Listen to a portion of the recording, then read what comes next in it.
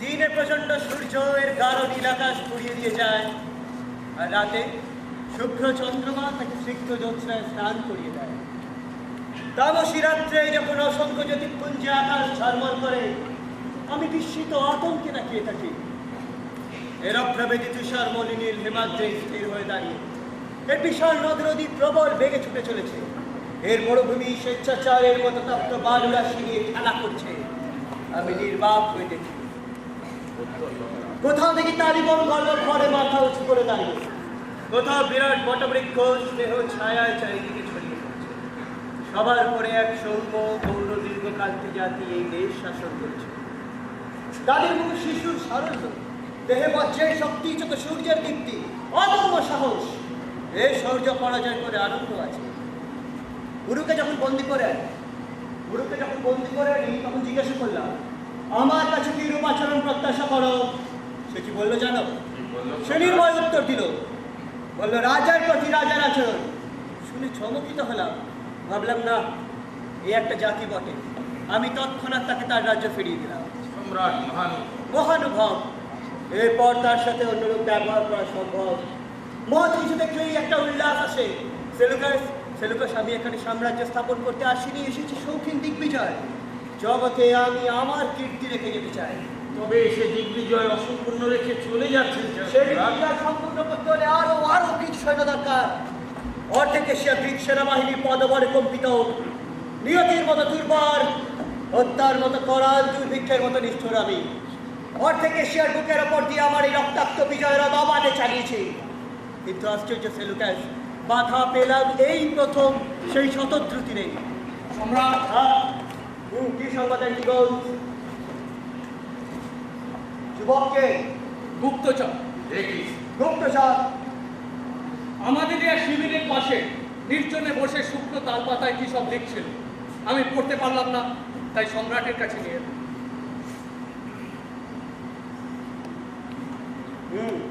কি লিখছিল যুবক? সত্য বলো। আমি সত্য বলবো সম্রাট, আমি মিথ্যা বলতে শিখিনি। আমি সম্রাটের বাহিনী চালনা, সৈন্য বিন্যাস প্রণালী, সামরিক কায়দা কানুন মাসাধিক কাল ধরে সেনাপতির কাছে শিখছি। সেলুকাস, সত্য সম্রাট। তারপর কাল গ্রিক সৈন্য স্থান ত্যাগ করে যাবে শুনে যা শিখেছিলাম তা ওই পত্রে লিখে রাখছি। কি অভিপ্রায়? সম্রাট, আমি মগধের রাজপুত্র চন্দ্রগুপ্ত। তারপর আমার পিতার নাম মহাবল। আমার বৈমাত্রেয় ভাই নন্দ আমাকে সিংহাসনচ্যুত করে আমাকে নির্বাসিত করেছে। আমি তার প্রতিশোধ নিতে চাই। তারপর নানা দেশ ঘুরে এখানে এসে শুনলাম ম্যাসিডন ভূপতির অদ্ভুত বিজয় বার্তা। অর্ধেক এশিয়া তলে দলিত করে নদ নদী গিরি দুর্বার বিক্রমে অতিক্রম করে ভারতবর্ষে এসে তিনি আচকুরবী গুরুকে পরাস্ত করেছেন। সম্রাট, তাই ইচ্ছে হলো দেখে আসি সেই পরাক্রমশালীকে, যার ভ্রুকুটি দেখে সমস্ত এশিয়া তার পদতলে লুটিয়ে পড়ে। আর এখানে এসে আমি সেনাপতির কাছে সামরিক শিক্ষা লাভ করছিলাম। উদ্দেশ্য শুধুমাত্র আমার হৃদরাজ্য পুনরুদ্ধার করাই মাত্র। আমি এরকমটা ঠিক কিন্তু বুঝি। আমি যুবকের আচার আচরণ কথাবার্তা দেখে খুব সন্তুষ্ট হয়েছিলাম। তাই ওকে গ্রিক সামরিক প্রথা সম্বন্ধে কিছু আলাপ আলোচনা করতাম। আমি কিন্তু তখন বুঝিনি যে ও বিশ্বাস পাবে। কে বিশ্বাসঘাতক, এই যুবক না তুমি? তুমি আমার বয়স না বাড়াও। আমার পদাধিকার আশা করি তোমার স্মরণ করিয়ে দিতে হবে না।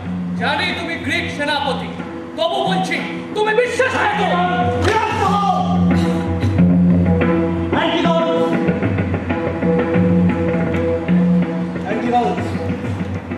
আমি বিস্ময় অবাক হয়ে দেখছিলাম একজন সামান্য সেনাপতির এত উৎপাঠা আমি স্বপ্নেও ভাবিনি।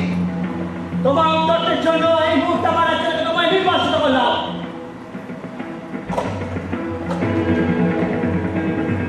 সেলুকাস, তুমি অপরাধ করেছ। ভবিষ্যতে মনে রেখো, গ্রিক সম্রাটের সামনে দাঁড়িয়ে গ্রিক সেনাপতির চক্ষু রক্ত বর্ণনা করা শোভা পায় না।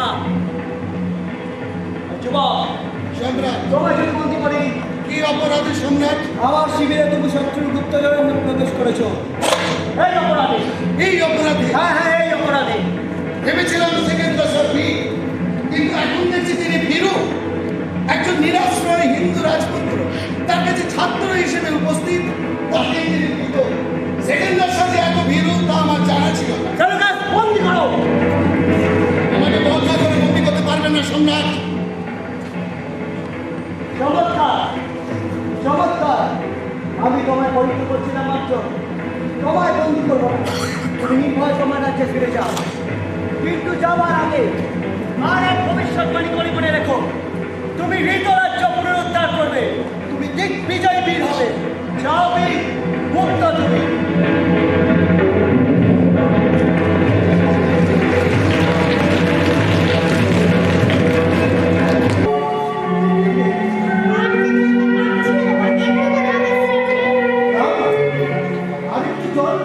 এই গ্রামটা বেরিয়ে গিয়েই আমরা বিশ্রাম নিই। এটা কোন গ্রাম বাবা? এটা অবন্তিপুর বাবা। হঠাৎ পথ ভুলে এদিকে চলে এসেছি। ওই গাছতলাটা আমার খুব চেনা লাগছে। এখানে কেন বিশ্রাম নেবে বাবা? এখানে বেশিক্ষণ থাকবে তোকে তোকে ওরা আমার কাছ থেকে কেড়ে নেবে মা। তবে চলো বাবা, আমরা তাড়াতাড়ি চলে যাই। চল। আচ্ছা, তোর কি খুব কষ্ট হচ্ছে? তাহলে চলে আয়। না বাবা, আমি এমনি যেতে পারবো, আমার কোনো কষ্ট হচ্ছে না। চল তাহলে যাই।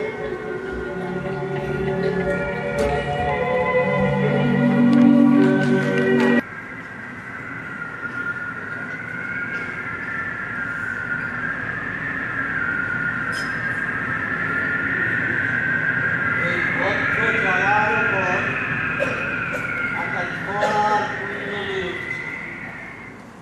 ওঝা হাড়ে কমতে বাতাসে যেন নিজেরই নিঃশ্বাস বন্ধ হয়ে আসছে। হাতে সাপাঙ্গে ঘাট উঁচ করছে। কি সুন্দরী বিভৎসতা! তুমি এত সুন্দরী! তাই আমি রোজ প্রত্যুষে গ্রাম ছেড়ে এখানে চলে আসি পরে কদর্থতায় স্নান করতে। তুমি আমাকে অনেক শিখিয়েছ প্রিয়সী আমার। তুমি আমাকে শিখিয়েছ সংসারকে ঘৃণা করতে, ক্ষমতাকে তুচ্ছ করতে, ঈশ্বরের অত্যাচারের বিরুদ্ধে বুক চিতিয়ে দাঁড়িয়ে লড়াই করতে। তুমি আমাকে এই সংসার থেকে আরো আরো দূরে নিয়ে চলো। যত দূরে হয় নরকে হয়, আরো ভালো। প্রধানমন্ত্রী তাহলে কাত্যায়ন। কাপ্তান কিরকম বলো? সাতটার। আহা, তারই নাম কাত্যায়ন। শাক তাল কি কখনো মানুষের নাম হয়? শাক আর তাল দুটোই তো খাদ্যের নাম। কিন্তু আমি ভাবছি কি, মহারাজ এসে তাকে কারাগার থেকে মুক্ত করলেন। আরো আশ্চর্যের ঘটনা, তাকে মন্ত্রী করলেন যার 7টা পুত্রকে হত্যা করা হয়েছে। রাজার খেয়াল।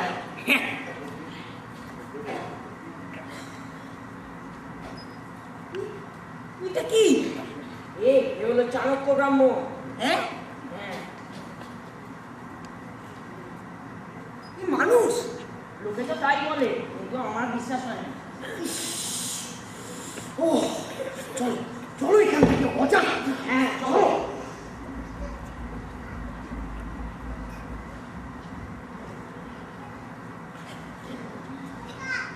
নিজ জাতির বালকে কি স্পর্ধা দেখে ব্রাহ্মণকে দেখে একটা শুকনো প্রণাম করতেও তার হাত হচ্ছে না। যা পালা, আমার নিঃশ্বাসে আমি দুর্ভিক্ষ, আমি মর। যা আমাকে তিন দরিদ্র অসহায় ব্রাহ্মণ পেয়ে এই হীন কুসুবিচ্ছ পর্যন্ত মাথা তুলে দাঁড়িয়েছে। আমি তোমাদের নির্মূল করবো। এইবার কেমন? হ্যাঁ, আর ব্রাহ্মণের লগ্ন পদে নিবে? হ্যাঁ কেমন? আর নিবে? নমস্কার। আমি মহারাজ নন্দের মন্ত্রী কাপ্তায়ন। মহারাজ নন্দের মতো সবাই বাড়া। কেন? আমি কি অপরাধ করেছি? না না, তুমি কোনো অপরাধ করেনি, রাজা কোনো অপরাধ করেননি, ঈশ্বর কোনো অপরাধ করেন। যত অপরাধ আমার, রাজা জোর করে আমার ব্রহ্মচার সম্পত্তি দখল করে নিলেন, আমার অপরাধ। ঈশ্বর জোর করে আমার গৃহলক্ষ্মীকে আমার কাছ থেকে ছিনিয়ে নিলেন, আমার গৃহ শূন্য করে, আমার অপরাধ। আমার হৃদয় শূন্য করে আমার কন্যাকে অপহরণ করে নিয়ে গেল, সেও আমার অপরাধ। আমি আজ এক বিশেষ উদ্দেশ্য নিয়ে তোমার কাছে এসেছি ব্রাহ্মণ। কেন মন্ত্রী বল? আজ তো আর আমার কাছে কিছু নেই, ওই শুকনো শূন্য কুড়ে ঘরখানি ছাড়া। যাও, ওটাকেও জ্বালিয়ে পুড়িয়ে দিয়ে যাও। ব্রাহ্মণের সেই প্রতাপ যদি আজ থাকতো। আজ কেন নেই ব্রাহ্মণ? তার নিজেরই দোষে জাতির সমস্ত ক্ষমতা, বিদ্যা, প্রতিপত্তি সব কিছু অধিগত করে নিজে বড় হয়ে উঠবে, শরীরকে অনশনে রেখে মস্তিষ্ক পরিপুষ্ট হয়ে উঠবে। তা কি সয় না? ব্রাহ্মণী তার প্রভুত্ব দিয়েছে, আবার এই ব্রাহ্মণী তা পুনরুদ্ধার করবে। আর আমি সেই উদ্দেশ্যেই তোমার কাছে এসেছি চাণক্য। শোনো, তোমাকে মহারাজের মাতামহে শ্রাদ্ধের পৌরোহিত্য করতে হবে। মন্ত্রীবর, আমি দিন দরিদ্র অসহায় ব্রাহ্মণ, কোনোদিন 2 বেলা পেট করে খেতে পাই, কোনোদিন পাই না, কিন্তু তবু মহারাজের মাতামহের শ্রাদ্ধের পৌরোহিত্য আমি করবো না, ক্ষত্রিয়ের দাসত্ব আমি করবো না, মরে গেলেও না। শোনো ব্রাহ্মণ, কি অত্যাচার! আমি আমার পুরী ঘরে একটু নির্জনে বসে কাঁদতেও পারবো না। সুখ দুঃখ নিয়েই হয় মানুষের জীবন, আলো আর অন্ধকারে হয় কালের বিকাশ। তুমি শুধু তোমার দুঃখটাই দেখছো ব্রাহ্মণ, আমার কি দুঃখ জানো? তোমার কিসের দুঃখ? এই রাজারই আদেশে অন্ধকার কারাগৃহের। সে কি? তবুও তুমি সেই রাজারই মন্ত্রী। হ্যাঁ হ্যাঁ চাণক্য, প্রতিশোধ নেবার জন্য শুধু আমি বেঁচে রইলাম, আর প্রতিশোধ নেবার জন্যেই এই মন্ত্রিত্ব গ্রহণ করেছি। চাণক্য, চাণক্য, তুমি আমার সহায় হও। এসো, ব্রাহ্মণের সেই লুপ্ত তেজ আমরা পুনরুদ্ধার করি। আমি রাজার মন্ত্রী, তুমি হও রাজপুরোহিত। এসো, এসো, আমরা 2 ব্রাহ্মণে মিলে আমাদের প্রতি অন্যায়ের সেই প্রতিশোধ নিই।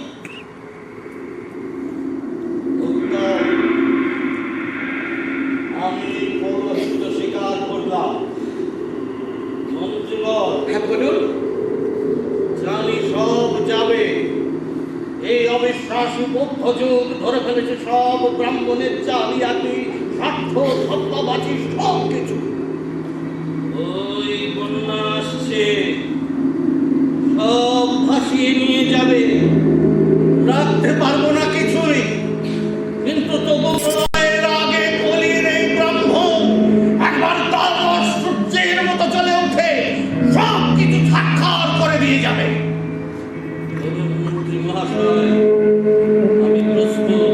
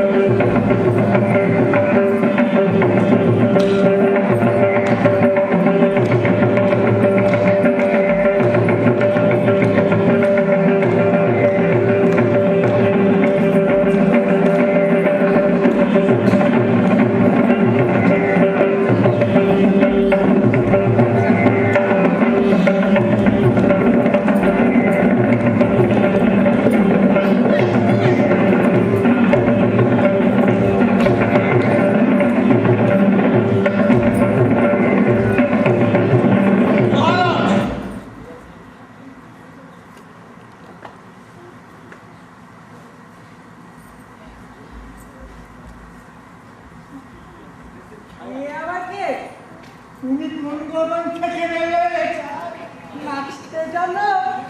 কে তুমি? আমি আমি ব্রাহ্মণ। ও ব্রাহ্মণ, জানা যায় এখানে কি হবে?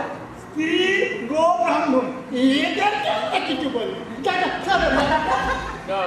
তুমি এই সময় এখানে কি অভিপ্রায়? আমি এসেছিলাম তোমার মাতামহের শ্রাদ্ধে পৌরোহিত্য করতে, যেচে আসেনি। কে তোমাকে এখানে আসতে বলেছিল ঠাকুর? তোমার মন্ত্রী। মন্ত্রী আসতে বলেছিল, মন্ত্রীর কাছে যাও। তোমার শালক আমাকে অপমান করেছে। তা তো করবে, সারা মাত্রই অপমান করে, তাহলে শাসন না। চুপ কর, চুপ করে একদম। মগধের শ্যালক অপমান করেছে, তাতে কোন মহাভারত অশুদ্ধ হয়েছে ঠাকুর? এই, আমি মহারাজের শ্যালক, মহারাজের বাপ আমার বাপের বেয়াই, মহারাজ আমার ভগ্নিপতি, মহারাজের ছেলে আমার ভাগ্নে। তুমি আমার সহযোগ থামেছ? তুমি যাও, যাও এখান থেকে। তোমার কোনো অভিযোগ আমরা এখন শুনবো না। যাও। তা শুনবে কেন? তা শুনবে কেন? ব্রাহ্মণের তো সেই প্রতাপ আজকে আর নেই। যদি তার সেই প্রতাপ থাকতো, তাহলে তুমি মহারাজ নন্দ তার রোষ রক্তের চেহারা থেকে ওইখানে মাটির মধ্যে বসে যেতে। তবে শুনে রাখো মহারাজ নন্দ, যে ব্রাহ্মণের সেই প্রতাপ কিন্তু এখনো একেবারে বিলুপ্ত হয়ে যায়নি। তার আগে তুমি মহারাজের শ্যালকের প্রতাপটা কেমন দেখো। আর দেখবো, তুমিও দেখবে মহারাজ নন্দ, যদি এর প্রতিবিধান না করো। কি? তোমার এত দুষ্পর্ধা, তুমি আমার সামনে দাঁড়িয়ে আমাকে তুমি চোখ রাঙাচ্ছ? যাও, যাও, বেরিয়ে যাও এখান থেকে, বেরিয়ে যাও। উনির ব্রাহ্মণ, কান পেতে শোনো, ক্ষত্রিয় ব্রাহ্মণকে বলছে বেরিয়ে যাও এখান থেকে। তবু ঝড় উঠছে না, পৃথিবী কেঁপে উঠছে না, অগ্নি বৃষ্টি হচ্ছে না, সব স্থির। কি আশ্চর্য! মল্ল, এ বার করে দাও, এখান থেকে একটু বার করে দাও। ব্রাহ্মণ, জ্বরের মতো দাঁড়িয়ে দেখছো কি? পারো তো ওঠো, কপিলের তেজে অগ্নি বৃষ্টি করে সব কিছু ছাড়খাড় করে দাও। আর তা যদি না পারো, তাহলে ওরে পদদলিত, ওরে মহত্বের কঙ্কাল তুমি রসা করেছ।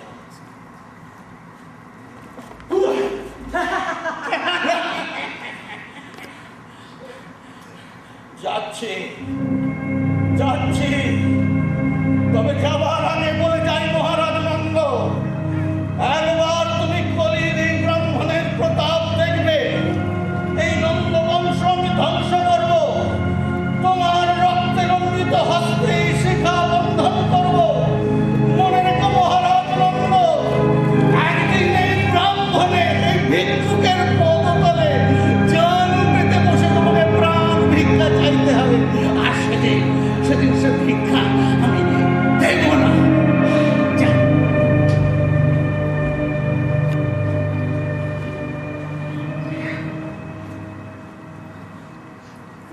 কে হলি ব্রাহ্মণ?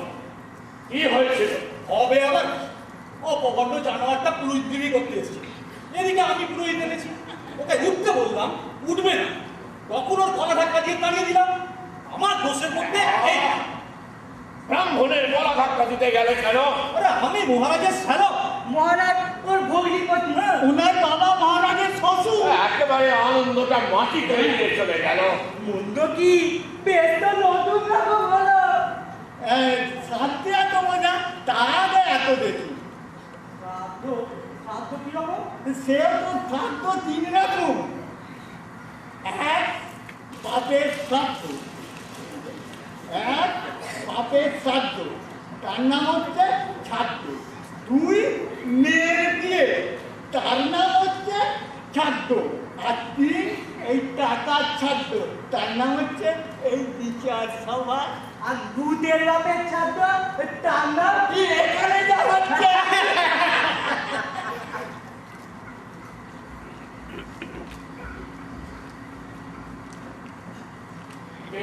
কেউ? ও তুমি এখানে কেন? মহারাজ যে আজ্ঞা করলেন অবিলম্বে ওনাকে। তাই বলে এইখানে এই প্রমোদ আসলে একটা ভদ্রতা তো আছে। তোমার মুখে কথাটা শুনে ভীত হলাম বৎস। ভীত হওয়ার মতো কোনো কাজের জন্য তোমাকে এখানে ডেকে আনা হয়নি। তার মানে রাজকার্য এইখানে এই প্রমোদ আসলে? না না না না, তুমি বড় অবুঝ মন্ত্রী। আপনি যদি আজ্ঞা করেন তাহলে ওনাকে দেখে আসি। না না না, থাক।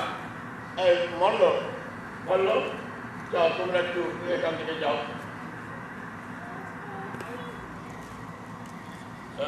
শোনো মা, তোমার পুত্র চন্দ্রগুপ্ত জীবিত আছে। চন্দ্রগুপ্ত জীবিত আছে? কোথায় সে? সেটা জানার জন্যই তোমাকে এখানে ডেকে আনা হয়েছে। তুমি জানো কোথায় সে? না, আমি জানি না। হ্যাঁ তুমি জানো, বলো কোথায় সে। নাহলে নন্দকে তো জানো। জানি বই কি, তাকে আমি কোলে করে মানুষ করেছি, বুকে করে ঘুম পাড়িয়েছি। বলো চন্দ্রগুপ্ত কোথায়, তা না হলে তোমাকে আমি। বধ করবে করো, কিন্তু এখন না। আমি মরবার আগে একটি বার চন্দ্রগুপ্তকে দেখতে চাই। না, তোমায় আমি বধ করব না। তোমায় আমি আজীবন কারারুদ্ধ করে রেখে দেবো। সেইখানে অনাহারের জ্বালায় তুমি তিলে তিলে দগ্ধ হয়ে মরবে। না, অত নিশ্চয় তুমি হবে না। আমি তোমার মা। মা? সূত্রাণী মা। তার দাসী হয়ে তোমার এত দুঃস্পর্ধ যে তুমি মগধের মহারাজ নন্দের মা হতে চাও? না, আমি মহারাজের মা হতে চাই না। তুমি মহারাজ হয়ে থাকো। আমার চন্দ্রগুপ্ত পথের ভিক্ষুক, সে বেঁচে থাকুক। আমি মরবার আগে তাকে একটি বার দেখতে চাই, বুকে জড়িয়ে ধরে একটি বার চেঁচিয়ে কাঁদতে চাই। আমি চন্দ্রগুপ্তের মা, এটা আমার পরম্পরা। তোমার মতো মহারাজের মা আমি হতে চাই না। চন্দ্রগুপ্ত কোথায়? আমি যদি জানতাম তবুও বলতাম না। ভাবো কি মহারাজ নন্দ, মা হয়ে নিজের প্রাণ রক্ষার জন্য ছেলেকে হিংস্র জন্তুর হাতে ঠেলে দেবো? হায় রে মূর্খ! আমি শুনেছি সে আমার বিরুদ্ধে সৈন্য সংগ্রহ করছে, বিদ্রোহের সূচনা করছে। ভগবান করুন এ কথা যেন সত্য হয়। চন্দ্রগুপ্ত যেন তার মায়ের অপমানের প্রতিশোধ নেয়। একে এখান থেকে নিয়ে যাও, নিয়ে যাও এখান থেকে। কই এসো, এসো, বাঁচাও! উহ, উহ, এত দূর, এত দূর মহারাজ নন্দ! মায়ের এই অপমান তুমি উপভোগ করছো? না, না, আমি তোমার মা নই। কোনো রাক্ষসী তোমাকে রক্ত পান করিয়ে মানুষ করেছে। নাহলে ক্ষত্রিয় মহারাজ হয়ে এই ধরনের আচরণ। নারীর লাঞ্ছনা, দুর্বলের প্রতি অত্যাচার নারী সই করে, কিন্তু ধর্ম শেষ হয় না। এই কথা তুমি মনে রেখো।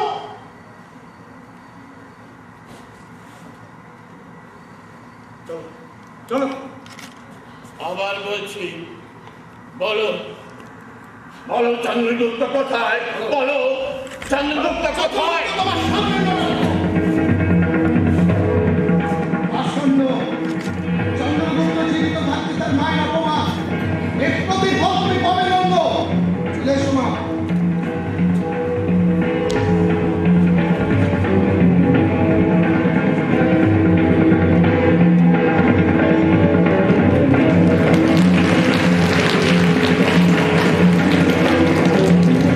সৈন্য প্রাণ দিতে প্রস্তুত থাকে। চন্দ্রকেতু, আমি এই অশিক্ষিত পার্বত্য সৈন্যকে গ্রিক প্রথায় শিক্ষিত করে দেবো। এতে দিয়ে এমন এক সেনাবাহিনী তৈরি করব যার কাছে মগধ ছাড় সারা ভারতবর্ষ প্রধানত হবে। কিন্তু শুনেছি নন্দের মন্ত্রী রাক্ষস, অতি বুদ্ধিমান, অতি কূটবেগী। জানি চন্দ্রকেতু, আমার পক্ষেও নন্দের পুরাতন মন্ত্রী কাত্তায়ন আছে, আর আমি তাকে পাঠিয়েছি আর্য চাণক্যকে ডেকে আনাচ্ছি। চাণক্য কে? শুনেছি তিনি একজন অতি একনিষ্ঠ সদাচারী বিচক্ষণ ব্রাহ্মণ। নন্দের প্রতি তার ক্রোধ অনেক দিন থেকে ধোঁয়াচ্ছিল, এখন বাতাস পেয়ে চলে উঠেছে। শুনেছি তিনি নাকি জাদু জানেন। জাদু কিরকম? তিনি নাকি বাতাসের সঙ্গে কথা বলেন, আগুনের সঙ্গে মন্ত্রণা করেন, তার ক্রুদ্ধ দৃষ্টির সামনে তৃণ জলে ভস্ম হয়ে যায়। তিনি নিঃসঙ্গ একাকী থাকে, বন্ধু বলতে ইহ জগতে তার আর কেউ নেই। এরকম লোক কিন্তু ভয়ানক হতো। আমি জানি চন্দ্র, এইরকম লোকই তো এখন আমার দরকার। চন্দ্রক্ষেত্র, আমি কি তোমার উপর নির্ভর করতে পারি বন্ধু? মহারাজ, আমি যখন আপনাকে একবার মগধের ন্যায্য মহারাজ বলে ডেকেছি, তখন রাজভক্ত চন্দ্রকেতু চিরদিন আপনার জন্য প্রাণ দেবে। চন্দ্রক্ষেত্র, আমি নিশ্চিন্ত হলাম ভাই।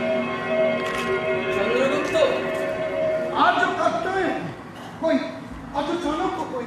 আসছে, পূজা পাঠ সঙ্গ করেই তিনি আসবেন। কেমন দেখলে? হ্যাঁ, আমি সংবাদ দেয়া মাত্র তার গম্ভীর মুখখানা প্রত্যুষের মতো দীপ্ত হয়ে উঠল, আবার সঙ্গে সঙ্গে গধূলির মতো লাল হয়ে গেল।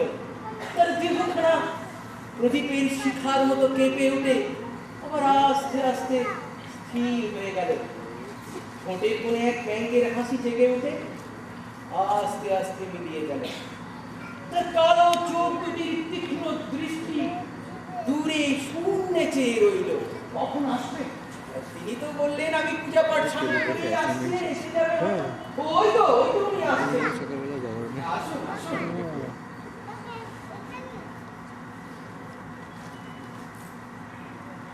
হ্যাঁ, উনি চন্দ্রগুপ্ত, আগে আপনার দাস। তুমি পারবে। যদি আপনার কৃপা থাকে। আমি কি?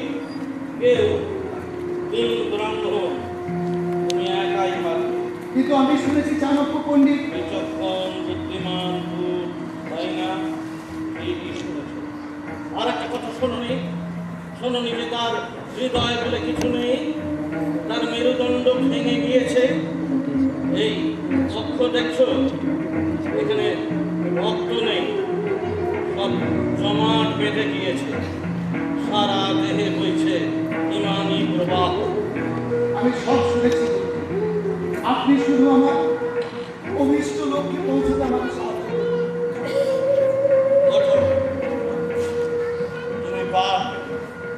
গুরুদেব, সেকেন্দাসের ভবিষ্যৎবাণী আমি ঠিক বিজয়ী ফ্রি হব, সেই আশ্বাস বাণী নিদ্রায় জাগরণে আমার কানে অহরহ বেজে চলেছে। গুরুদেব, আপনি আমাকে অভীষ্ট পালনে দীক্ষিত করুন। গুরুদেব, বেশ, সম্মুখের থেকে তাকাও, প্রতিজ্ঞা করো যে ব্রাহ্মণের আদেশ তুমি সর্বদা অক্ষরে অক্ষরে পালন করবে। আমি প্রতিজ্ঞা করছি গুরুদেব। তোমার মুখ, তোমার ধৃত্য ভঙ্গিমা, তোমার কণ্ঠস্বর নমস্কারে বলছে তুমি পারবে। হ্যাঁ, আমি তোমাকে দীক্ষা দেব। তুমি বসবে মগধের সিংহাসনে, প্রস্তুত হও তার জন্য। চন্দ্রগুপ্ত, গুরুদেব, উপরের দিকে চেয়ে দেখো। দেখছ? আকাশ, কি বর্ণ? বংশবর্ণ, কি বুঝছ? ঝড় উঠবে। ঠিক, ঝড় উঠবে। এবার সম্মুখে ভবিষ্যতের দিকে চেয়ে দেখো। কিছু দেখতে পাচ্ছ? না গুরুদেব, অন্ধ তুমি, সেখানেও একটা ঝড় উঠবে। এই ব্রাহ্মণের বুদ্ধি আর সূত্রের পরাক্রম, এই ব্রাহ্মণের তেজ আর সূত্রের শক্তি সর্বমত একসঙ্গে। চন্দ্রগুপ্ত, সামনে ভবিষ্যতের দিকে তাকিয়ে আমি কি দেখতে পাচ্ছি জানো? কি গুরুদেব?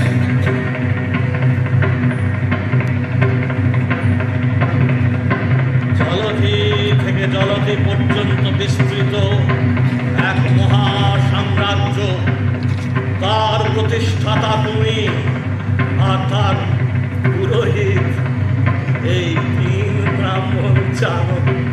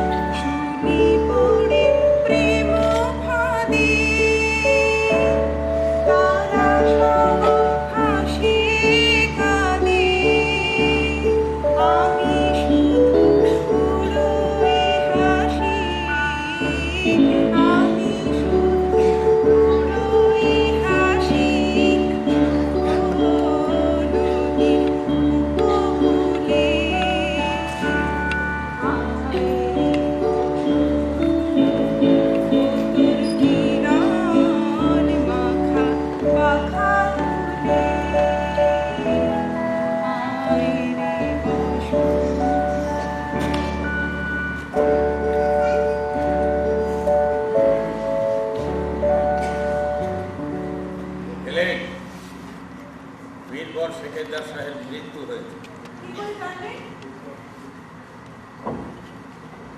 সূর্য অস্ত গেলে পৃথিবী কি তা জানতে পারে না? তিনি আমাকে এশিয়া সাম্রাজ্যের উত্তরাধিকারী করে গেছেন। এক মহতী আকাঙ্ক্ষার তাড়নায় অর্ধেক এশিয়া জয় করে নিজের দেশে মরতে পারলেন না। তিনি যে কাজ সাধন করতে পারেননি আমি তা সম্পূর্ণ করব। কি? ভারতবর্ষ জয় করব। তাতে লাভ? কীর্তি, অপকীর্তি। আশ্চর্য পুরুষের উচ্চাশা কিছুতেই পূর্ণ হয় না। আশ্চর্য পুরুষের জিঘাংসা, মানুষ যেন বন্য শিকার, বধ করতেই হবে। তবু মানুষ মানুষের মাংস খায় না। কেন পিতা? আরে মানুষ মানুষের মাংস কি খায়? প্রথা নেই তো? আপনি চালু করুন না, ইতিহাসের পাতায় নাম থেকে যাবে আপনারা পুরুষরা। এত রক্ত পিপাসু হৃদয়ের মধ্যে কি কোনো প্রবৃত্তি নেই? কিসের প্রবৃত্তি? দুঃখী দুঃখ দূর করা, অজ্ঞানকে জ্ঞান দান করা, রোগীর সেবা করা, ক্ষুধার্তকে খেতে দেওয়া, এসব কি কিছুই নয়? কেবল স্বার্থের প্রসার, অত্যাচার, অবিচার আর পীড়ন। দেখো, তোমায় একটা কথা বলি। ডেমোস্থেনিস বলেছেন যুদ্ধ জয়ের ইচ্ছা মানুষের এক মহৎ প্রবৃত্তি। তিনি কোথায় কথা বলেন? আরে দাঁড়াও, তুমি কি ডেমোস্থেনিস পড়েছো না? তা পড়েছি বই। আরে তুমি এত পড়ো কেন? পড়ে পড়ে তুমি তোমার মৌলিকত্ব নষ্ট করছো। পড়লে মৌলিকত্ব নষ্ট হয় বুঝি? আর তাই তো মনে করি। তাহলে পিতা সব থেকে মৌলিক ওই কথাটা। কেন কেন? কারণ সে কিছুই পড়েনি। যাক, আমি কথা বলতে চাই না, অনেক রাত হয়ে গেছে। তুমি রাত জেগে আর অত পড়াশোনা করো না, শুয়ে পড়ো। আচ্ছা পিতা, আচ্ছা, এবার থেকে একটু মৌলিক হব। পাগলি মেয়ে। সূর্য অস্ত যাচ্ছে। আজ সিন্ধু নদীর তীরে গরিমাময় সেই সূর্যাস্তের কথা মনে পড়ে। মগধের সেই রাজকুমার। আমি সংস্কৃত শিখি, শুনেছি সংস্কৃত ভাষা, কবিত্ব, ভাবুকত্ব আর জ্ঞানের প্রতীক। হেলেন। জ্ঞান? ও, অ্যান্টিডোটস। হ্যাঁ, আমি। তুমি এখানে হঠাৎ? কেন? আমার উপস্থিতি কি তোমার কাছে এতই অপ্রীতিকর হেলেন? তা তো বলিনি। আমি অনেকভাবে তোমাকে জিজ্ঞাসা করেছি, তুমি সবসময় এড়িয়ে গেছো। তাই আজ শেষবারের মতো জানতে এসেছি, এর মধ্যে রাগ নেই, আকুতি নেই। বলো তুমি আমাকে বিবাহ করতে চাও কিনা? অ্যান্টিডোটস, তোমাকে একটা কথা স্পষ্ট করে জানিয়ে দিতে চাই, আমার পিতার কাঁধের ওপর যে তরবারি রাখে তাকে বিবাহ করতে আমি পারি। তারও কারণ তুমি হেলেন। তোমার পিতা ব্যঙ্গ করে বললেন, যার পিতৃ পরিচয় নেই তার সঙ্গে সেলুকেশের কন্যার বিয়ে অসম্ভব। সেই রাগে ক্ষিপ্ত হয়ে আমি এই কাজ করেছি। তার জন্য তোমার কাছে আমি ক্ষমা চাইছি হেলেন। ক্ষমা করতে পারি, কিন্তু বিবাহ করতে পারি। কেন? রাজকুমারী কোনো কাজের জন্য প্রজার কাছে কৈফিয়ত দিতে বাধ্য না। ও, এত অহংকার। কথাটা এইভাবে বললেই যথেষ্ট হবে যে কোনো কুমারী তার বিবাহের মতামতের কারণ জানাতে বাধ্য না। আমি কারণ জানতে চাই না। বলো তুমি আমাকে বিবাহ করবে? হেলেন বলো। হাত ছাড়ো, তুমি না গ্রীক? আমি প্রণয়ী। তোমাকে বিবাহ করাচ্ছি এক গলিত দুর্গন্ধ কুষ্ঠরোগীকে বিবাহ করা অনেক ভালো। চলে যাও এখান থেকে, কাপুরুষ। বেশ, আমি যাচ্ছি। যাবার আগে একটা কথা বলে যাই হেলেন। বলো রাজকন্যা, আমার নাম ধরে ডাকার অধিকার তোমার নেই। আচ্ছা, এর উত্তর তুমি পাবে। তুমি আবার এসেছো? পিতা, তোমার কন্যার গায়ে হাত দেয় কুমারী সৈন্যাধ্যক্ষ। এ কথা সত্য যে আমি শুনলাম? হ্যাঁ, সত্য। শোনো, আমার অপরাধ হয়েছে। শোনো, আলেকজান্ডার তোমাকে দেশ থেকে নির্বাসিত করেছিলেন মনে আছে? তার সত্ত্বেও আমি তোমাকে সৈন্যাধ্যক্ষ পদে বসিয়েছিলাম। আরে তার প্রতিদান এই, কে আছে?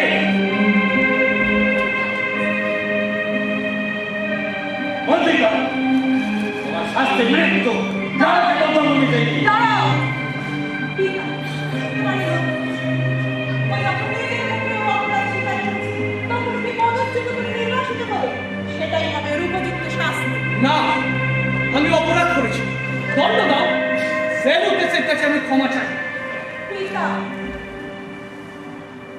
হেলেনের অনুরোধে আমি তোমাকে নির্বাসিত করলাম। এই মুহূর্তে এখান থেকে বিদায় যাও, ওকে নিয়ে যাও।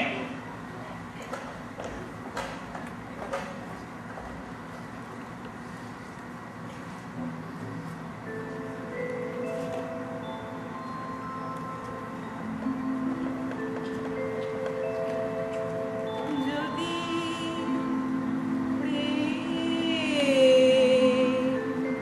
দিলে না প্রাণী, কেন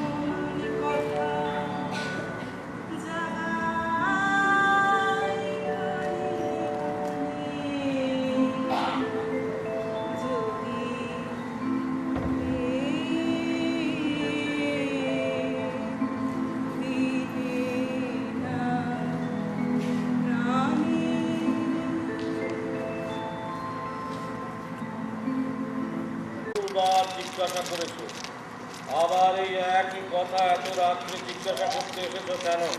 স্থির হতে পারছি না গুরুদেব। গুরুদেব, এই যুদ্ধ বন্ধ করা যায় না। মুরা, চন্দ্রগুপ্ত আমার পুত্র, আবার নন্দ সেও আমার পুত্র। একই বৃন্তে দুটি ফুল। আমার হৃদয়ের আকাশে চন্দ্র আর সূর্য, তাদের সংঘাতে আকাশ চূর্ণ বিচূর্ণ হয়ে যাবে।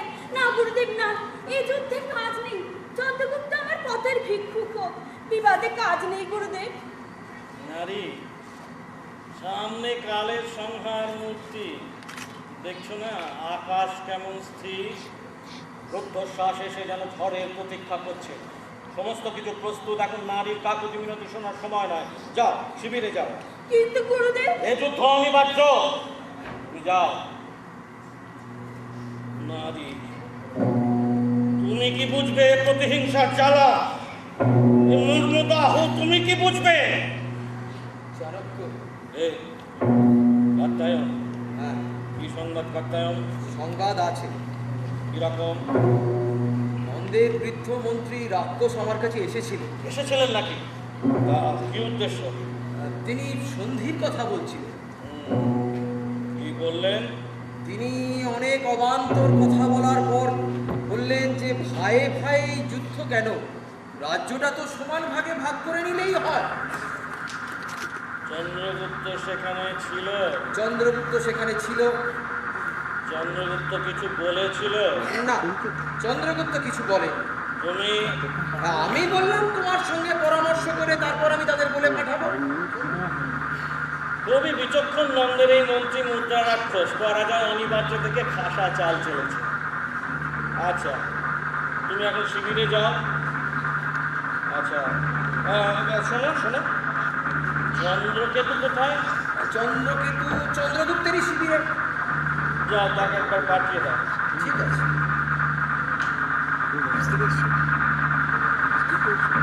নেহাতি ভালো মানুষ, কেবল প্রবৃত্তির ওপর কাজ করে যায়। বন্দি মুদ্রা রাক্ষস, তুমি চাণক্যকে কিঞ্চিত সতর্ক করে দিলে এই মাত্র। প্রণাম। জয়স্তু। শোনো চন্দ্রকেতু, কাল যুদ্ধ, যুদ্ধে জয় আমাদের অনিবার্য যদি তোমরা প্রাণপণে যুদ্ধ করো। এ কথা কেন বলছেন গুরুদেব? আপনি কি আমায় অবিশ্বাস করেন? না, তবে চন্দ্রগুপ্তকে সম্পূর্ণ বিশ্বাস করতে পারছি না। সে কি গুরুদেব? হ্যাঁ, আমি লক্ষ্য করেছি যে উচ্চাসার চেয়ে বলবতী একটা আবেগের প্রবৃত্তি তার মধ্যে সব সময় উঁকি দিয়ে যাচ্ছে। তার শৌর্য অপরাজেয়, যাতে এই প্রবৃত্তির সঙ্গে তার সংঘাত না ঘটে সেই দিকে লক্ষ্য রাখতে হবে। কাল যুদ্ধের শেষ পর্যন্ত সব সময় তার পাশে থেকে তাকে ব্যাপৃত রাখবে, একা থাকতে দেবে না। যুদ্ধের সময় তার সঙ্গ ত্যাগ করবে না। তাই হবে গুরুদেব। আমি আর মুরা ওই পর্বতের নিচে সেতুর পাশে দাঁড়িয়ে তোমাদের বিজয় বার্তার অপেক্ষা করব। যথার্থ। শোনো, চন্দ্রগুপ্ত ঘুমিয়েছে? হ্যাঁ গুরুদেব। কাল অতি প্রত্যুষে উঠে তাকে জাগাবে, তারপর মুরা জেগে ওঠার আগেই তাকে নিয়ে যুদ্ধযাত্রা করবে, বুঝেছ? বেশ, তাই হবে। যাও।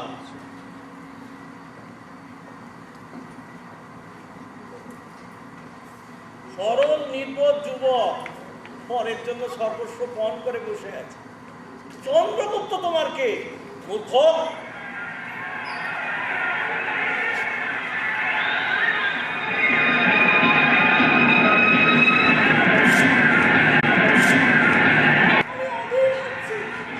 দূর থেকে শুধু যুদ্ধের কোলাহল শুনতে পাচ্ছি, অথচ যুদ্ধ তৃষ্ণা আমার বুক ফেটে যাচ্ছে। এত যুদ্ধ তৃষ্ণা কেন রাজকুমারী? আমি তাকে দেখাতে চাই যে আমি তার অযোগ্য নই। চন্দ্রগুপ্ত মরেছ কেন? চন্দ্রগুপ্তকে ভালোবেসেছ? ভালোবেসেছি কিনা জানি না, তবে নিদ্রায় জাগরণে তিনি আমার জানো সখী, কাল রাত্রে আমি এক স্বপ্ন দেখেছি। কি স্বপ্ন? স্বপ্ন দেখলাম আমি যেন ক্রমাগত আকাশে উঠে যাচ্ছি।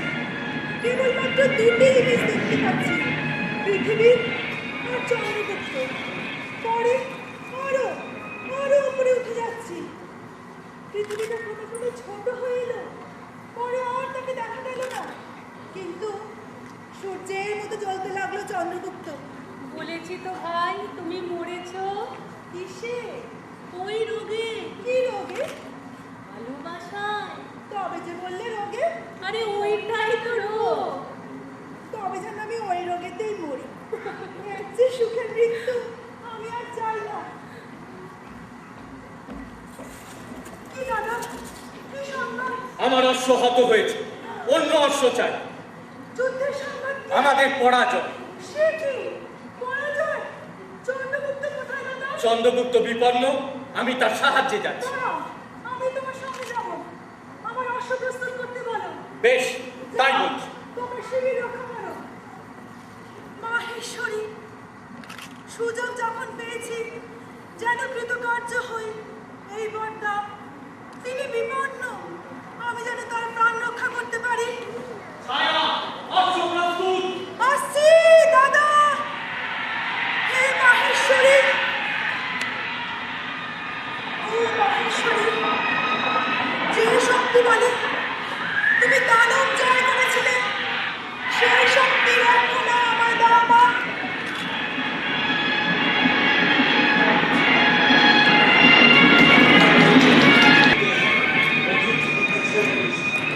এখন তারা ওই ভৈরব রক্তধারা স্বাচ্ছন্দ্যে পান করো। ওই সূর্য অস্ত যাচ্ছে, কাল আবার ওই সূর্য উঠবে। একদিন আসবে যেদিন ওই সূর্য আর উঠবে না। কৃষ্ণ সূর্য অনন্ত শূন্যে বিলীন হয়ে যাবে। আহ, কি গরিমাময় দৃশ্য! চাণক্য, চাণক্য, কি সংবাদ কাকায়া? যুদ্ধে আমাদের পরাজয় হয়েছে। যাচ্ছে কি? হ্যাঁ, চন্দ্রগুপ্ত পলায়িত। আরে সেই দিকে আমাদের সব সৈন্যরা বিশৃঙ্খল হয়ে পড়েছে। চন্দ্রগুপ্ত পলায়িত কোথায়? পূর্ব দিকে। কোন দিকে জিজ্ঞাসা করেনি, কোথায়? তা তো জানি না। চন্দ্রকেতু কোথায়? চন্দ্রকেতু তা তো জানি না, তবে তাকে আমি অশ্ব থেকে পড়ে যেতে দেখেছি। তুমি এতক্ষণ কি করছিলে? আমি ওই পর্বত শিখরে দাঁড়িয়ে যুদ্ধের গতিবিধি নিরীক্ষণ করছিলাম। নিরীক্ষণ করছিলে যখন জয় প্রায় মুষ্টিগত। ওহ, চন্দ্রগুপ্ত কোথায় দেখো? ওই তো ভাই চন্দ্রগুপ্তই আসছেন। হ্যাঁ, তাই তো চন্দ্রগুপ্ত আসছেন। চন্দ্রগুপ্ত পালায়নি, এখনো আশা আছে। কাকায়া, তুমি যাও ভাই, তুমি সৈন্যদের গিয়ে বলো যে চন্দ্রগুপ্ত পালায়নি, তাদেরকে গিয়ে সংবদ্ধ করো, বলো যে চন্দ্রগুপ্ত আসছে তাদের নেতৃত্ব দিতে। যাও কাকায়ন, যাও ভাই। যাচ্ছি। এখনো আশা আছে। কণ্টকে নৈব কণ্টকম। মুরা, মুরা, কি বলছেন গুরুদেব? এইখানে দাঁড়াও, এইখানে দাঁড়াও। কাঁদতে জানো নারী? সে কি? হ্যাঁ, তোমাকে কাঁদতে হবে, চন্দ্রগুপ্ত আসছে। চন্দ্রগুপ্ত দাঁড়াও। এখন পুত্র স্নেহ নয়, এখন শুধু তিক্ত ভৎসনা, উষ্ণ অশ্রু জল। পুত্রের সামনে মা তাকে অভিনয় করতে হবে, বুঝেছো? এই যে চন্দ্রগুপ্ত, তোমার বীর পুত্র জয়লাভ করে ফিরে এসেছে মুনা, তাকে তোমার বুকে টেনে নাও, উৎসবের আয়োজন করো। না গুরুদেব, আমি যুদ্ধ জয় করে ফিরে আসি। তবে আমি যুদ্ধক্ষেত্র থেকে পালিয়ে এসেছি। অসম্ভব, মুরার পুত্র যুদ্ধে হয় প্রাণ ত্যাগ করে বলে জয়লাভ করে ফেরে পালিয়ে তো আসে না। পালিয়ে এসেছো? স্থির চিত্তে তুমি এই কথা বলছো চন্দ্রগুপ্ত? পালিয়ে এসেছো? মরতে পারোনি? বীরু, না না, এই ক্ষণিকে তোর বললো। যাও যাও, যুদ্ধ করো চন্দ্রগুপ্ত, যাও। আমি পারবো না গুরুদেব, ভাই ভাই অস্ত্রাঘাত করতে পারবো না। কাপুরুষ তুমি! আর না মা, আমি কাপুরুষ নই, তবু সে ভাই। আর যে ভাই তোমার মাকে অপমান করেছে, চন্দ্রগুপ্ত, নীরব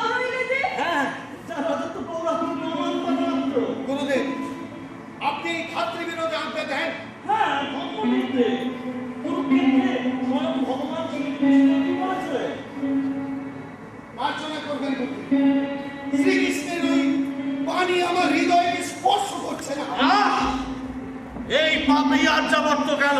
চন্দ্রগুপ্ত গীতার মাহাত্ম্য তুমি কি বুঝবে? শাস্ত্র চর্চা তো ব্রাহ্মণের অধিকার। ব্রাহ্মণের অধিকার ব্রাহ্মণ ভোগ করো, আমাকে আপনি মুক্তি দিন। চন্দ্রগুপ্ত, সত্যই কি আমার পুত্র তুমি?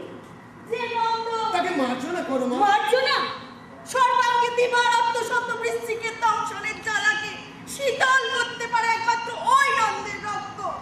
মা, শৈশবে কত তার সঙ্গে খেলা করেছি, আজ যুদ্ধক্ষেত্রে আমার ওই মুখখানা দেখলাম আর আমার শৈশবের সব কথা মনে পড়ে গেল। তার মাথার উপর তরবারি ওঠাতে আমার পিতৃ রক্ত হৃৎপিণ্ডে লাফিয়ে উঠে পাঁচ জোরে ধরে আঘাত করে বলল, সাবধান চন্দ্রগুপ্ত, এই তোমার ভাই।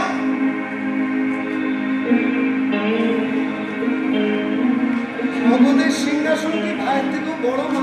নন্দ তোমার ভাই, কিন্তু আমার কি চন্দ্রগুপ্ত? তোমার পুত্র মা, গর্ভে ধারণ না করলে কি পুত্র হয় না? নন্দের মা তার মৃত্যুর পর মাতৃরূপিণী হয়ে তুমি তাকে কোলে পিঠে করে মানুষ করনি, বুকে করে ঘুম পাড়াওনি। আর সেই জন্যেই তো আমি তাকে ক্ষমা করতে পারি না। সেসব কথা নন্দ ভুলে যেতে পারে, আমি পারি না। যখন অদম বাচাল আমার কেশ আকর্ষণ করলো আর নন্দ সূত্রাণীর মা বলে ব্যঙ্গ করলো, তখন কি বলবো পুত্র? তোমার কাছে মাদার অপমান কিছুই না, মা তোমার কেউ নয়। এক পিতার ঔরসে জন্ম দিলেই ভাইয়ের সঙ্গে সম্পর্ক, তাই না? মায়ের যে ভাই বড়। জগতে প্রথম দেখলাম যে পুত্র মায়ের অপমানের প্রতিশোধ নেয় না। কাঁদো অভাগিনী নারী, কাঁদো, এই তোমার পুত্র যে মাকে চেনে না। আমি সব তুমি জানো না, জানলে মায়ের অপমানের প্রতিশোধ নিতে দ্বিধাবোধ করো। মা যার সঙ্গে একদিন এক অঙ্গ ছিলে, এক আত্মা, এক প্রাণ, এক মন, এক দেহ, যে তোমাকে ললাটে আশিস চুম্বন দিয়ে এই সংসারে পাঠিয়ে দিয়েছিল, যে তোমার অধরে হাসি দিয়েছিল, যে তোমার রোগ শোক দুঃখ ব্যাধি জ্বালা সব কিছু বুক পেতে নিয়েছিল, যে বিচার চায় না, যে প্রতিদান চায় না, এ সেই মা। রক্ষা করুন বললে আমাকে আর ভাতৃভাবে উত্তেজিত করবেন না। চন্দ্রগুপ্ত, এতদিনে বুঝলাম যে আমি তোমার কেউ নই। নন্দ ক্ষত্রিয় রাজা আর তুমি ক্ষত্রিয় কুমার। নন্দই তোমার ভাই। আমি কে? আমি শূদ্রাণী, গণিকা। আমি তোমাকে গর্ভে ধারণ করেছিলাম মাত্র, আমি তো তোমার মা নই। পুত্রের প্রতি তুমি এত নিষ্ঠুর হতে পারো না। তুমি আমার মা নও, তুমি শুধু আমার মা নও, তুমি আমার ধর্ম, তুমি আমার সাধনা, তুমি আমার ঈশ্বর মা। তোমার আজ্ঞা আমার কাছে দৈব বাণী। তাই যদি হয়, তবে ওঠো, যাও, যুদ্ধে অগ্রসর হও। কি, তবুও নীরব? তোমার ইচ্ছাই আমার ইচ্ছা মা, আর আমার মনে কোনো দ্বিধা নেই। তুমি আমাকে আশীর্বাদ করো মা, আমি এখনই যুদ্ধে যাচ্ছি। জয় মহারাজ চন্দ্রগুপ্তের জয়। জয় মহারাজ চন্দ্রগুপ্তের জয়। ও কত আসলার হাতে কিন্তু দেখেছি। এই কক্ষে কাত্তায়নকে বন্দী করে রেখেছিলাম, তাই না? হ্যাঁ মহারাজ। উল্টাপ হচ্ছে নাকি? তবে আর কোনো ভয় নেই। ভয় নেই বা বলি কি করে বাঁচাল। তবে চন্দ্রগুপ্ত আমাকে বধ করবে না। যদি করে, ওই ভ্রুকুটি কুটিল প্রতি হিংসা পরায়ণ ব্রাহ্মণ চাণক্য সেদিন আমার পানে এমন ভাবে চেয়ে দেখছিল যেন নখরাহত শিকারের প্রতি হিংস্র সাতপুরের লোলুপ চাকরি। তা ভয় কিসে? তোমার ভয় করছে না বাঁচাল? কিছু মাত্র না। মহারাজকে হতমত বধ করবে, তার বেশি তো কিছু করবে না। ও, তাতে আর ভয় কিসে? তুমি আমার ভাবছো ভক্তি বিধবা হবে, এইটা। তুমি ভাবছো তারা তোমাকে বধ করবে, হ্যাঁ? না, আমাকে বধ করবে, তোমায় ছেড়ে দেবে। হ্যাঁ, মহারাজ অতটা ভেবো না। তুমি চন্দ্রগুপ্তের মাতার কেশ আকর্ষণ করেছিলে। বলেছিলাম না? তুমি চাণক্য পণ্ডিতের শিকা ধরে টেনেছিলে। কই না তো? কই না তো? তারপর আবার তুমি আমার সাহা ওরে বাবা, তাই নাকি? আমার যদি ওরা ছাড়ে, তোমায় কিন্তু ওরা ছাড়বে না। মহারাজ, আমার কাছে আর হাত জোড় করে কি লাভ বলো? অভ্যেস, কিন্তু আমি তো কিছুই জানি না। বলবে বলবে পরে বলবে, আরে বাবা বধ করবে, তারপর তো আর কিছু নয়। না না, এবার তো তুমিই তো বলছিলে। হ্যাঁ, এই কথাটা আমি বলেছি, তা তো স্মরণ হয় না। স্মরণ হয় না তো, কিন্তু আমি জানি তোমার স্মরণ শক্তি অত্যন্ত প্রখর। তুমি এখনই বলো। হ্যাঁ হ্যাঁ, যদি বলেও থাকি, সেরকম ছিল না মহারাজ। ওরা তোমায় বধ করবেই। না, হ্যাঁ, নিশ্চয়ই করবে। বিধবা হবে। বিধবা হবে? হ্যাঁ। তুমি মারা গেলে কে বিধবা হবে বাচাল? তোমার তো স্ত্রী নেই। হয় রে, এ অসময়ে একটা স্ত্রীও নেই যে বিধবা হয়। তোমার জন্য কাঁদবার কেউ নেই বাচাল। হ্যাঁ, এই কথা মনে রাখবেন মহারাজ। স্ত্রী যদি কাঁদতো, তাহলে তো নিশ্চয়ই কাঁদতো। ওহ, এই বিপদকালে তোমার ভাড়ামিতে আমার হাসি পাচ্ছে। পাচ্ছে নাকি মহারাজ? মনে রাখবেন, হাসি পাচ্ছে। যাকে শোনো, তুমি তোমার ভগ্নীকে আর মহারানীকে যুদ্ধের আগে মন্ত্রী মুদ্রা রাক্ষসের নিরাপদ আশ্রয় রেখে এসেছিলে তো? লিখে রেখে এসেছিলাম মহারাজ।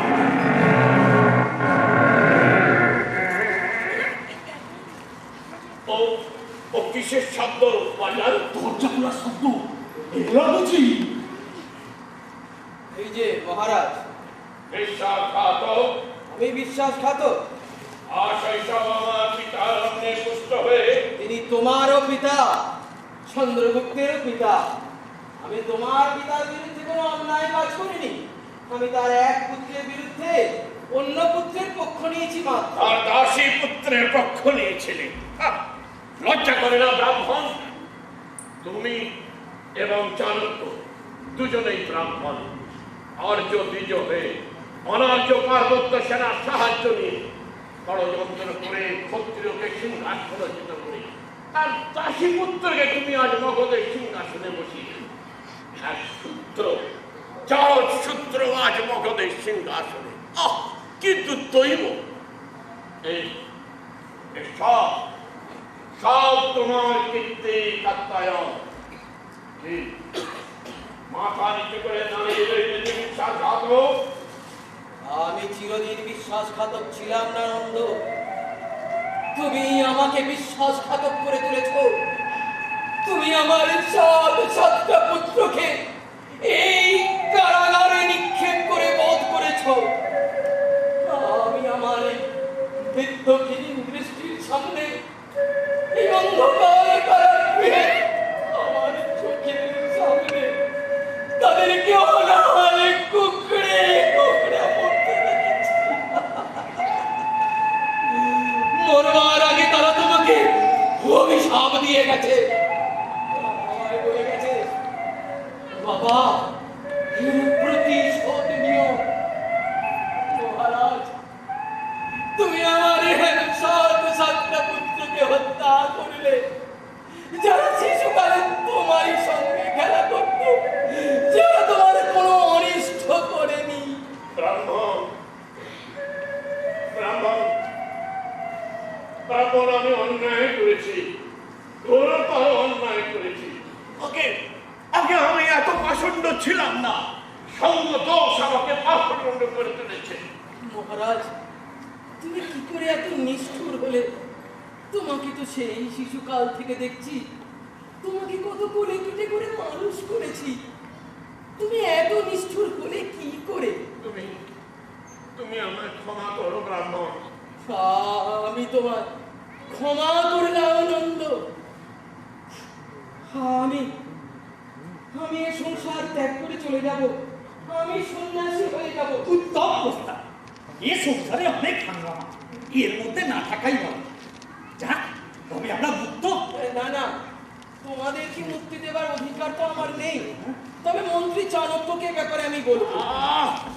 চাণক্য এক ভিক্ষুক ব্রাহ্মণ আজ মগধের মহামন্ত্রী আর এক শূদ্র দাসী পুত্র মহারাজ। বাহ! মগধ রাজত্বের আজ কি সৌভাগ্য! ব্রাহ্মণ, ব্রাহ্মণ, আমি তোমার প্রতি অনেক অন্যায় করেছি, অত্যাচার করেছি, তাই তোমার কাছে ক্ষমা ভিক্ষা চাইতে আমার কোনো লজ্জাও নেই, দ্বিধাও নেই। কিন্তু ওই শূদ্র চন্দ্রগুপ্ত আর শূদ্রাণী মুরাকে আমি ঘৃণা করি।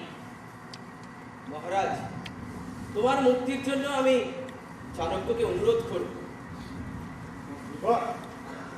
আমার মুক্তির ব্যবস্থাটাও একটু আগে আগে করেন। সেটা তুমি স্বয়ং করো, তবে তিনি তোমাকে ডেকে পাঠিয়েছেন আর সেই জন্যই আমার এখানে আসা। এসো বাচ্চা। কেন বাঁচাতে চাণক্যের কি প্রয়োজন? তা তো বলতে পারবো না, তবে এসো। মহারাজ, আমি আর কি করবো বলো? আমি তো তোমারই মতো একজন বন্দী। বাবারে, তার কথা ভাবতেই তো আমার বুকের ভেতরটা দুকুপুকু করছে। তার কাছে যাবো কেমন করে? ভয়ের কোনো কারণ নেই, এসো বাচ্চা। ভরসাও নেই। চলো।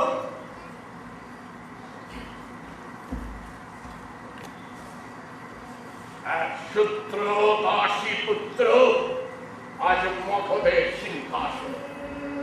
একবার যদি মুক্তি পাই,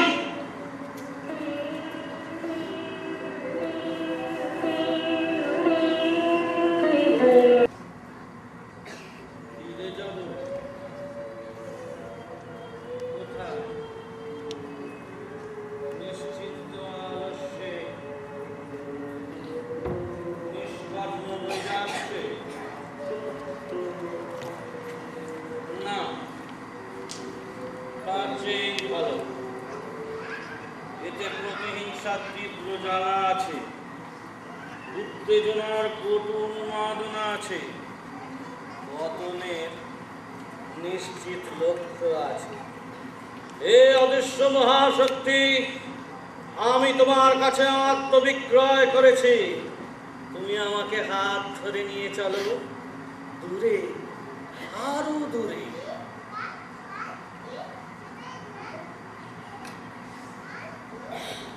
চাণক্য, ও সঙ্গে হবে? মন্দের শালক বাঁচা। ও বাঁচা, এখন যে ভারী ভক্তি দেখছি। হ্যাঁ, একদিন আমার শিখা ধরে টেনেছিলে, স্মরণ আছে? কই না তো। ও, স্মরণে নেই? আচ্ছা, স্মরণ করিয়ে দিচ্ছি। বলো, নন্দের পরিবার কোথায়? আগে আমি তো জানি না। তুমি জানো? মলয় পর্বতে।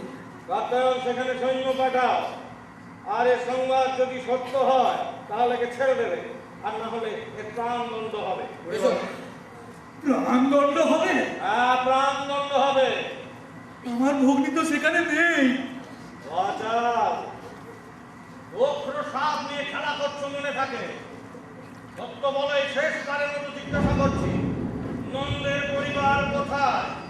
মন্ত্রী আশ্রয়। এটা সম্ভবত সত্য। আচ্ছা, দেখি কাতাল, একে বন্দি করে রাখো। এ সংবাদ সত্য হলে একে ছেড়ে দেবো, আর না হলে এর শাস্তি প্রাণদণ্ড। যা। এসো বাঁচা। প্রহরী,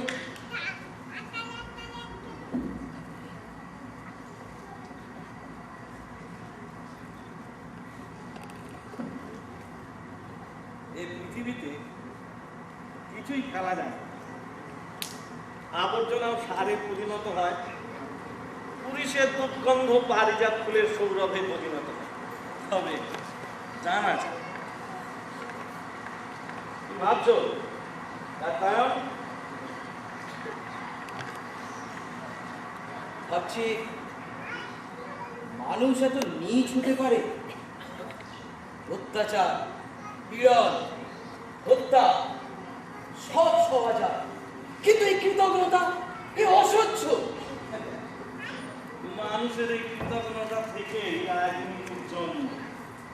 আমি মানুষের এই কদর্য প্রবৃত্তিগুলোকে কাজে লাগাই। এর নাম চাণক্য নীতি, সঠে স্বার্থম সমাচরে। বুঝেছ? দেখো চাণক্য, প্রতিহিংসায় আমি অন্ধ ঠিকই, কিন্তু কিন্তু এই রাজনীতি আমি ঠিক পরিপাক করতে পারছি না। পারবে পারবে পারবে। বসো।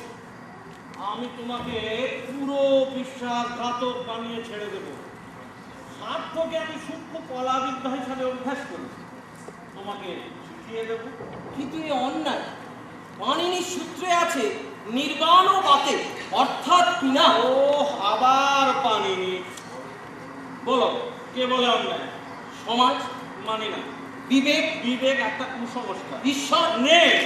চাণক্য, তুমি কিন্তু পর্বতের একদম কিনারায় দাঁড়িয়ে আছো, তুমি পড়বে।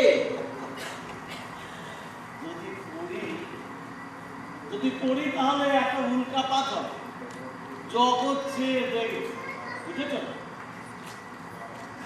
যা, এখন আমার বিশ্রামের সময় হয়েছে, যা।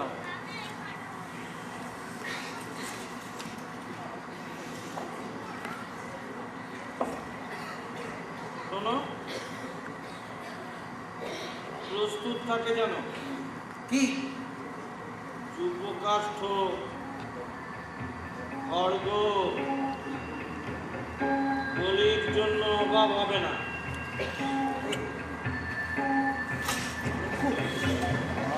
আমি বলছিলাম, নন্দকে ক্ষমা করে দিলে হয় না?